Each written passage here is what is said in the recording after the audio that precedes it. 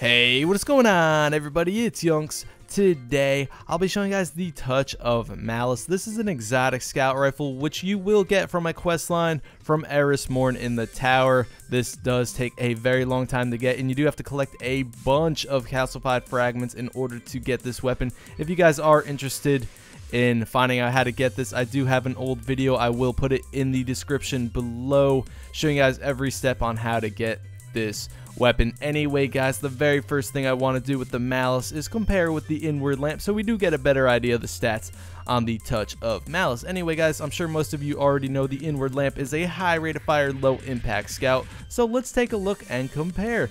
As you can see, the Inward Lamp and Malice have the same rate of fire and impact. The Inward Lamp has a little more range, more stability, less reload, and more in the mag. Alright, so I would definitely call this a high rate of fire, low impact scout, but it's definitely not a low impact scout once you get to that very last round, guys. We will get into that in just 1 second. And my attack is 320. Yes, I did max it out. Now right here, the Touch of Malice, what I was talking about with that low impact before. Final round of the mag regenerates and deals bonus damage at the cost of wielder's life force. Yes, when you get to that last round, your damage will significantly increase for sure, guys, but it will start to kill you. I will show you guys examples of what this looks like in the gameplay.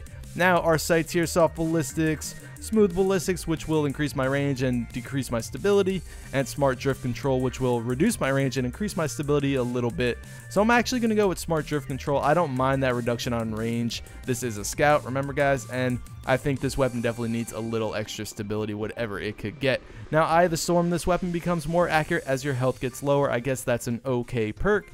Moving on to Snapshot, aiming this weapon is incredibly fast. Hammer Forged, improve range and accuracy, and Flared Magwell, reload this weapon even faster. Okay, so I'm going to go with Hammer Forged right here, so that range that I did lose from Smart Drift Control, I just gained back with Hammer Forged. Now, Snapshot, I don't think is needed really on this weapon, and Flared Magwell, the whole point of this weapon really is not to reload because of that Touch of Malice perk there. So I really feel like that's not necessary, and Hammer Forged, there is absolutely nothing wrong with this perk here. Now moving on to the last perk, Touch of Mercy. 3 rapid kills will return a portion of the wielder's health. Okay, not a bad perk right there, when your weapon will actually start to kill you when you're shooting that final round. So not a bad perk with some type of health regen right there. Anyway, guys, let's take a look at the aesthetics. Alright, this thing does look pretty badass, guys. It's very, very unique looking. We got a thing here just rotating the whole time. Pretty cool, guys. Anyway, let's get right into the gameplay. So the very first thing I did with the Touch of Malice was bring it to the Ultra Knight here in the Dreadnought to see how fast I could possibly put him down. Now it only took me 4 seconds, guys. Yes, 4 seconds to kill him using 18 bullets of the final round shots, and each headshot dealing 1841 damage to the head. Okay, so I brought the Malice back to the Ultra Knight a little bit later on to see how much those non-final round shots would do, and they were dealing 921 damage to the head, so literally doubling the damage on that final round, guys, at least in PvE. So that is a very big, significant difference. And as you can see in the gameplay right here, we are killing the Death Singers in the King's Fall raid, and basically my whole team is using the Touch of Malice.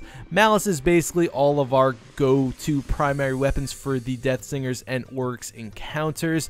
You just cannot beat the DPS capabilities, especially when you are inside the aura and you are completely invincible and your own weapon will not kill you. That is definitely where this weapon shines. That is definitely why this weapon was made, just for these 2 encounters right here. And of course it does have other applications, but definitely the Death Singers and Orcs are the best situations for this weapon, no doubt.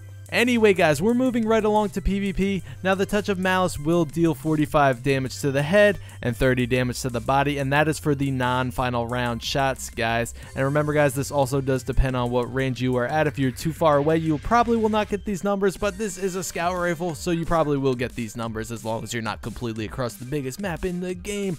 So it will take about 5 shots to the head to kill somebody if all your shots are headshots, and it will take about 7 shots to kill somebody if all your shots are body shots. Anyway, guys, you are probably wondering what that final round shot deals in the Crucible. What damage is it outputting? And honestly, I was not very impressed when I found these numbers out. It will deal 62 damage to the head and 42 damage to the body, so a little bit of a difference there, but not that significant.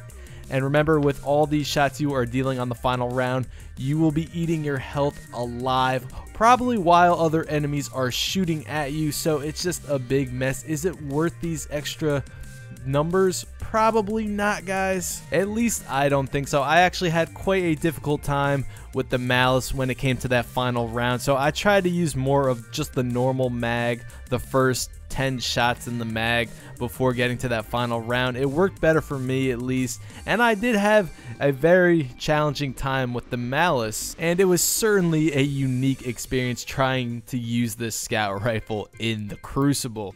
Overall, I definitely think the Touch of Malice is the best option for the Death Stingers and for Oryx in the King's Fall raid. I know earlier in the video I said it possibly had other applications, but that's really more for experimenting, like how you guys saw how I killed the Ultra Knight. I popped the Defender bubble and I burned him with Malice without the risk of my health, so it's really more for experimenting, maybe killing bosses with a Defender bubble.